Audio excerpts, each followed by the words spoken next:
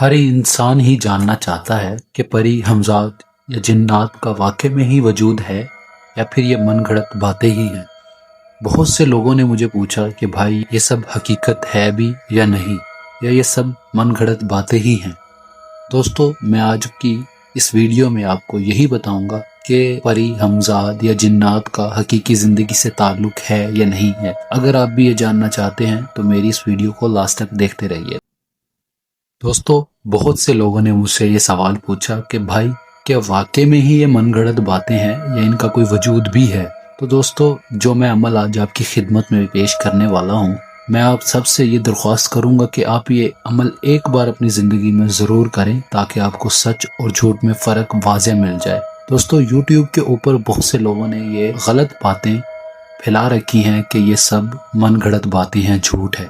मगर मैं आप सबसे यही दरख्वास्त करूंगा कि मेरा आज का ये अमल आप एक बार करें ताकि आप भी सच्चाई से आगाह हो सकें।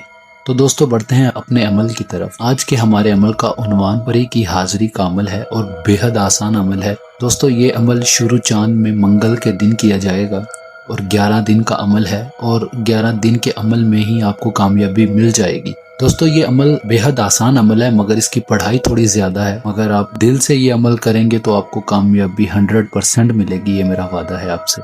दोस्तों, जो मंत्र दौरान अमल पढ़ा जाएगा वो आपको स्क्रीन पर नजर भी आ रहा होगा। मैं आपको पढ़कर भी बता देता हूँ। मंत्र ये है, या तलीनो या मोस्तीशा हेलितोश।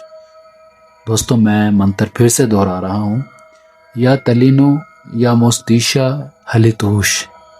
दोस्तों, ये मंत्र रोज़ाना 11 दिन तक 1100 बार पढ़ा जाएगा और इस 11 दिन के अमल में ही आपको कामयाबी यकीनी मिल जाएगी। ये दोस्तों मेरा वादा है। दोस्तों, ये मेरा बारहा का आजमूदा अमल है जो आज तक कभी नाकाम नहीं हुआ। जिसने भी अमल किया कामयाबी ज़रूर मिली उसे।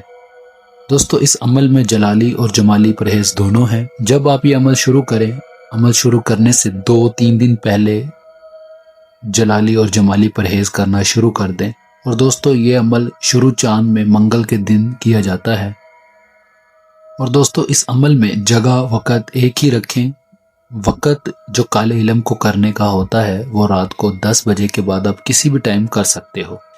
दोस्तों, मैं आप सबसे यही दरख्वास्त करूंगा कि आप काले इल्म को करने का जो वक़्त रखें वो कम से कम 11 बजे हो।